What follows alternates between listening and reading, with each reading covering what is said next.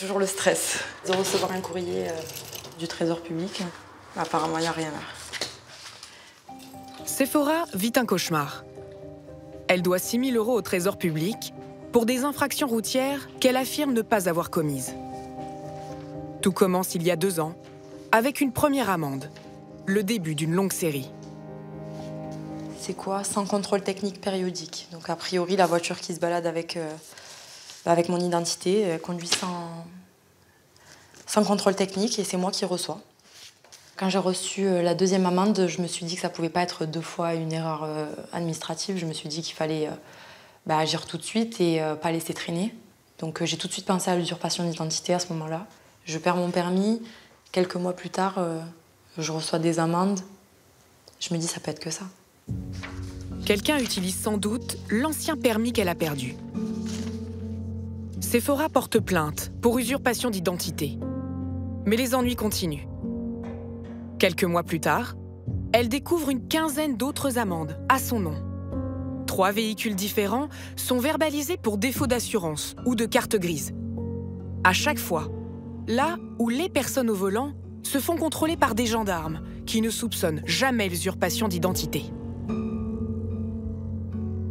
Je ne sais pas s'ils ont trafiqué mon permis de conduire pour qu'il y ait la photo de la personne qui le présente, ou est-ce que c'est une fille qui me ressemble. Comment est-ce que même la police, quand ils arrêtent la personne, ils n'arrivent même pas à se rendre compte qu'il y a une différence entre la personne qu'ils arrêtent et le permis qui est présenté? Je ne comprends pas. Angoissée par ce flot de PV, Sephora, assistante commerciale qui gagne 1 400 € net par mois, se rend maintenant au travail à vélo pour faire des économies. Car le Trésor public ne relâche pas la pression malgré ses contestations. Il a procédé à une première saisie sur son salaire de 125 €. Il y en a tellement. Ouais, il y en a d'autres, il y en a là. Et ouais, ça me fait Moi, peur. ça m'a fait peur. Oui, ça fait peur. Comptez 5. Mais au 3e prélèvement, et après discussion avec elle, le patron de Sephora prend fait et cause pour elle. Il refuse les saisies sur salaire demandées par le Trésor public, au risque même de devoir les payer à la place de Sephora. Quand ça se répète, et que ça se répète, et que ça se répète, et qu'il n'y a rien qui correspond. Donc c'est pas d'infraction à Narbonne, pas sa voiture. Il n'y a aucune raison que je ne la croie pas. Donc on a fait un courrier à l'administration en expliquant qu'on refuserait justement ces avis à tiers détenteurs. 1 an plus tard, le Trésor public va effectuer une autre saisie, cette fois sur son compte en banque. Donc là, blocage, saisie administrative à tiers détenteur, 650,41 €, le 4 novembre 2022. Là, quand j'ai vu ça, j'ai été en crise de nerfs. Je pleurais, je me disais, mais comment c'est possible? Comment je vais faire? C'est le début du mois, il me reste que ça, comment je vais faire? J'ai l'impression que c'est le... En fait, depuis que je reçois toutes ces amendes et que je paye pour quelque chose que j'ai pas fait, j'ai l'impression d'avoir une épée de Damoclès au-dessus de la tête, avec la boule au ventre, de me dire qu'est-ce qui m'attend demain, en fait. Une enquête de la gendarmerie est en cours. Dans le cas de Sephora, elle suppose une fraude opportuniste à la suite de la perte d'un permis. Mais les fraudes au permis de conduire se multiplient en France sur les réseaux sociaux, avec une ampleur quasi industrielle. Des escrocs en ont fait un business. Viens gagner du pouvoir d'achat et épargner tes points. Tu t'es encore pris un radar? Passe en PV si tu veux garder tes points. Des comptes qui proposent aux conducteurs de se débarrasser de leur PV en dénonçant quelqu'un d'autre, à l'aide de permis de conduire usurpés. Nous contactons l'un de ces mystérieux comptes sur Snapchat, qui, moyennant finance bien sûr, vous promettent d'échapper à la loi.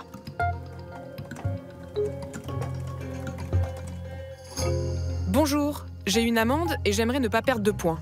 Est-ce que tu peux m'aider? Bonjour, envoie les feuilles bleues et vertes en photo pour voir si je peux appliquer mes services. Mais comment ça marche? Je désigne un autre conducteur pour qu'ils arrêtent de te poursuivre. La technique est simple, un vrai jeu d'enfant. Par exemple, pour les excès de vitesse flashés au radar automatique, on peut régler son amende sur ce site officiel ou la contester en désignant un autre conducteur. les escrocs en ligne s'occupent de tout pour vous. Ils utilisent les informations d'un permis qu'ils ont volé ou hacké. Oui, bonjour. Alors, donc ce que tu me disais, c'est que tu vas dénoncer quelqu'un d'autre à ma place. C'est ça le système, c'est comme ça que ça marche. Voilà, exactement, ouais. Et le permis que tu utilises, la personne, elle ne risque rien. Non, t'inquiète même pas, ça fait des années que je le fais. Si elle risquerait quelque chose depuis, tu vois ce que je veux dire, j'aurais déjà eu des remontées ou tu vois ce que je veux dire. Et la police, elle n'est pas au courant? Ils sont au courant qu'il y a des choses comme ça, mais comment ils peuvent savoir le vrai du faux, tu vois ce que je veux dire? T'inquiète même pas, je t'ai dit, même pour moi, je le fais. Même pour moi, et comme je t'ai dit, ça fait des années que je le fais, ça fait plus de 2 ans que je fais ça, et pour mes frères, mes sœurs, je le fais. Même toi, tu risques rien, même si quoi qu'il se passe, tu risques rien du tout. Une promesse dangereuse. Si cette arnaque paraît en effet sans risque pour l'escroc qui se cache derrière ses comptes, elle peut coûter cher à l'automobiliste qui fait appel à ses services. L'année dernière, Erwan, chauffeur routier, reçoit 2 PV pour excès de vitesse. En jeu, 135 €, 2 points sur son permis et surtout son emploi. Quand je reçois ces amendes, j'ai un gros coup de stress puisque il me reste plus qu'un point à ce moment-là sur mon permis. Je me suis fait avoir quelques fois au téléphone, quelques fois sans ceinture, et ce qui a fait que j'ai perdu beaucoup de points d'un coup. Et donc du coup, il faut que je trouve une solution très rapidement pour pouvoir ne pas perdre mon permis et pouvoir surtout garder mon travail. Un ami lui conseille alors le compte d'un trafiquant de permis sur Snapchat. Il cède à cette tentation illégale. Je rentre en contact avec cette personne et il me demande simplement d'envoyer les amendes. Je me dis que comme mon ami l'a déjà fait auparavant, que ça a fonctionné, je me dis que pourquoi ça ne fonctionnerait pas sur moi. L'escroc lui réclame 135 €, pile le montant des 2 amendes, et lui sauve ses 2 points. Quand je vais sur le site, elle apparaît bien comme quoi elle a été payée et que l'amende ne me concerne plus. Mais quelques mois plus tard, surprise. Erwan reçoit cette convocation du tribunal de police pour ses 2 excès de vitesse.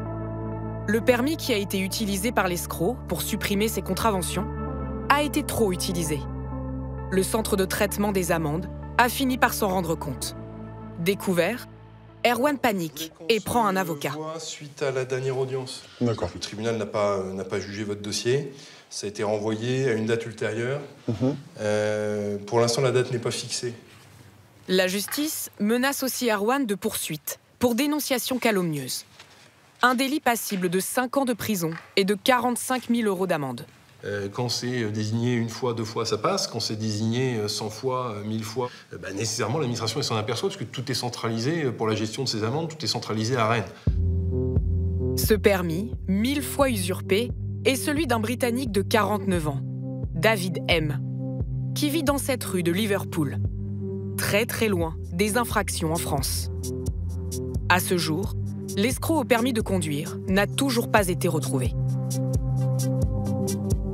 Malheureusement, la fraude sur les réseaux sociaux, c'est quelque chose qui se répand de plus en plus.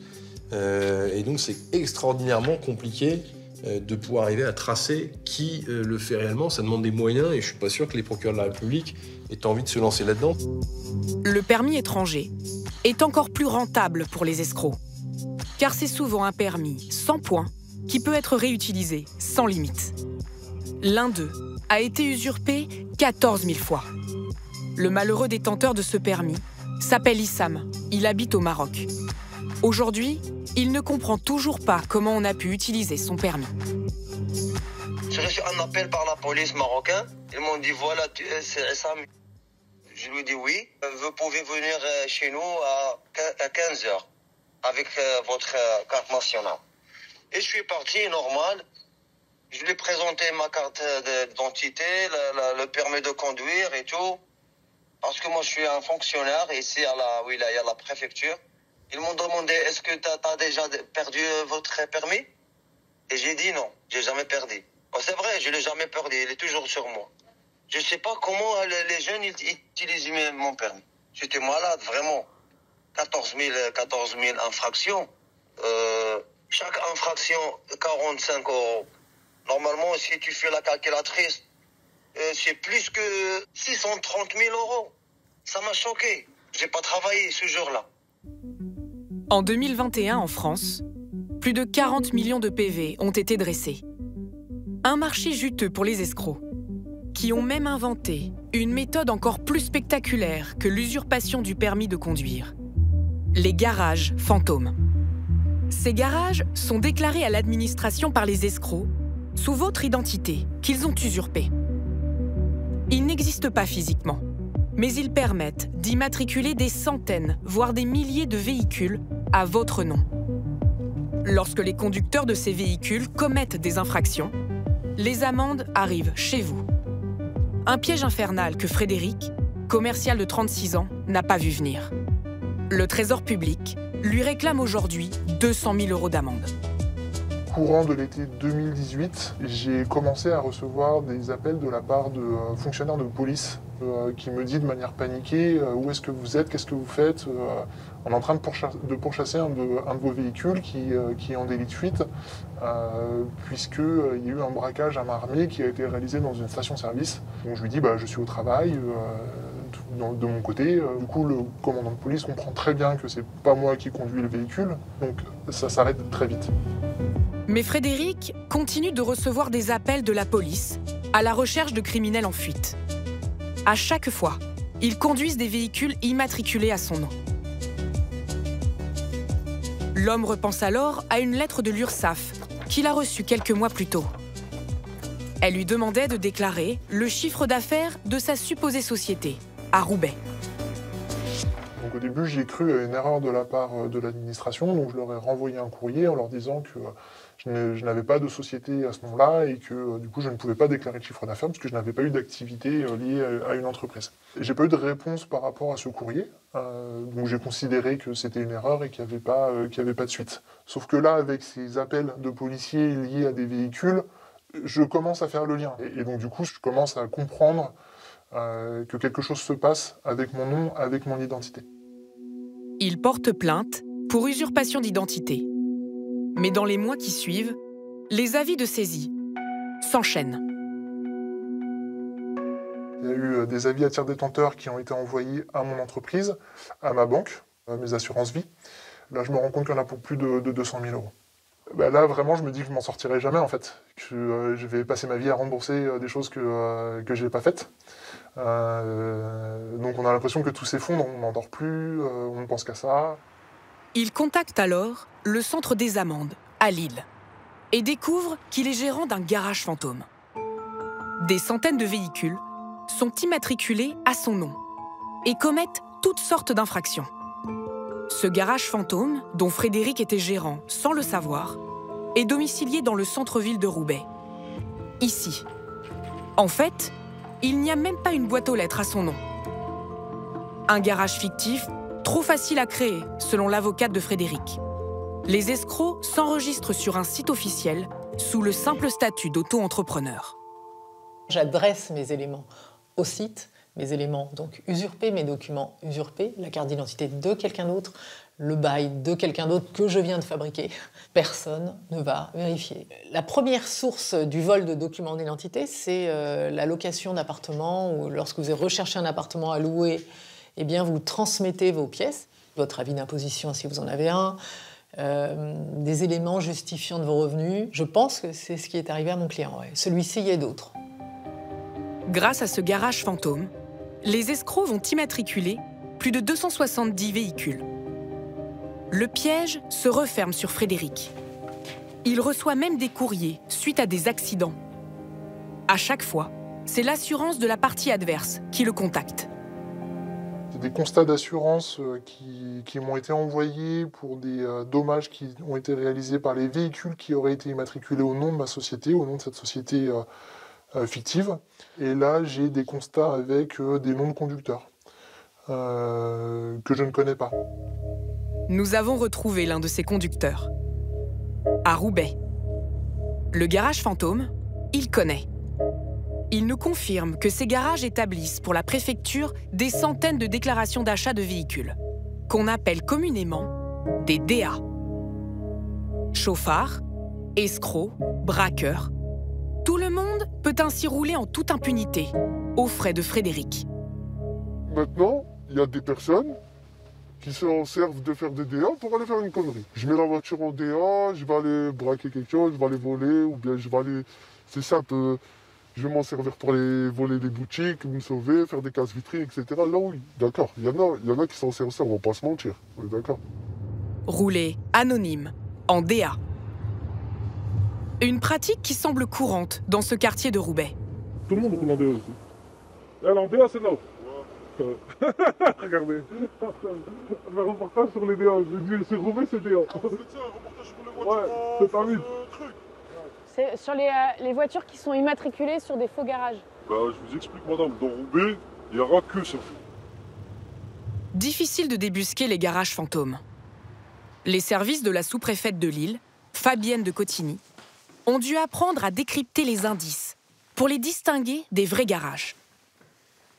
On peut être là pour déceler des situations qui nous semblent ne pas répondre aux critères normaux. Voilà, quand on voit qu'une société a des DA, des demandes d'achat à des heures qui ne correspondent pas à l'ouverture normalement du marché, dans des quantités un peu trop importantes, on peut se poser des questions. Quand l'habilitation a été donnée à tort, peut-être parce qu'on ne se rend pas forcément compte, elle peut être tout à fait retirée et elle l'est dans un certain nombre de cas. Mais en plus des garages fantômes, les escrocs aux immatriculations opèrent aussi à l'insu de vrais garages. Comme celui de Daniel. Cet homme a tout perdu. En 2017, des inconnus ont piraté son cabis, la carte d'identité de son entreprise. En moins de 3 ans, il a reçu pour près de 20 millions d'euros d'amende. Une dette colossale qui l'oblige à repartir de zéro comme ouvrier dans le bâtiment. Ça fait mal au cœur, mais bon, on n'a pas j'ai pas le choix. J'ai une femme, j'ai 3 enfants, j'en ai un dernier qui arrive. Il faut pouvoir avancer et vivre. Hein. Ça fout un peu les boules. Mais bon, c'est comme ça. Hein. Pas du tout une vie que je voulais. 20 millions d'euros d'amende. Des cartons entiers de contravention. Elles ont voyagé avec eux quand ils ont quitté la Seine-Saint-Denis pour le Sud-Ouest. Tout ça, c'est les amendes qu'on a ramenées de Paris. On les a même pas dépliés, ceux-là. On avait marre de déplier. Donc on a juste ouvert. Oh, 1875 €. Ça faisait longtemps que j'ai pas vu des amendes de ce montant. Il y a trop d'amendes, c'est pas une centaine d'amendes, c'est pas 2 000 ou 20 000 euros. Il y en a pour 20 millions d'euros. Les escrocs, probablement issus du grand banditisme, ont immatriculé à son nom des centaines de véhicules responsables d'une avalanche d'infractions routières. Stationnement gênant d'un véhicule motorisé sur une bande ou piste cyclable, 375 €. Arrêt d'un véhicule très gênant pour la circulation publique, 375 €. Stationnement très gênant sur un trottoir, 375 €. Apposition... Les PV viennent de toute la France, et même de pays voisins, comme l'Allemagne et la Belgique. Daniel est également dans le viseur de la police pour des faits bien plus graves. Il devient suspect dans des dizaines d'affaires criminelles. Un trafic de drogue dans la région de Strasbourg, kidnapping de personnes âgées. Sur Paris, il y a eu pas mal de braquages à main armée où les caméras filmaient les voitures, pas de chance, et immatriculaient encore au nom du garage. Les malfaiteurs ont également vendu des dizaines de véhicules d'occasion défectueux. Leurs clients escroqués venaient directement s'en prendre à Daniel, chez lui, à Noisy-le-Grand. Ils ont essayé une fois de forcer directement, d'essayer de rentrer. J'ai dû appeler la police pour qu'ils viennent les calmer, s'ils voulaient tout casser. Personne ne me croyait quand je leur disais que j'étais victime d'usurpation d'identité. On vivait avec la peur de se faire tuer, tabasser. J'ai dit à ma femme, on part d'ici. On abandonne tout ici, on part d'ici parce qu'un de ces 4, je vais retrouver ou toi, ou ma fille, ou quelqu'un mort et c'est pas possible. La famille s'enfuit dans les Pyrénées-Atlantiques. Après une enquête qui dure plusieurs années, des suspects sont interpellés, mais leur implication n'a jamais pu être prouvée. En 2020, le tribunal de Bobigny a adressé un courrier à Daniel, qui reconnaît son usurpation d'identité. La société DM Auto a été victime de l'utilisation frauduleuse de son cabis, d'une copie de son tampon et de votre propre pièce d'identité en tant que gérant, afin d'immatriculer en toute illégalité des centaines de véhicules à son nom. Mais rien n'arrête la machine administrative. Le Trésor public continue de réclamer de l'argent à Daniel. On se bat, on fait des courriers, on appelle les trésoreries, on envoie des courriers au président, aux tribunaux, mais je veux pas être endetté toute ma vie et avoir mes enfants récupérer les dettes. On n'a pas le choix, j'ai pas le choix de tenir pour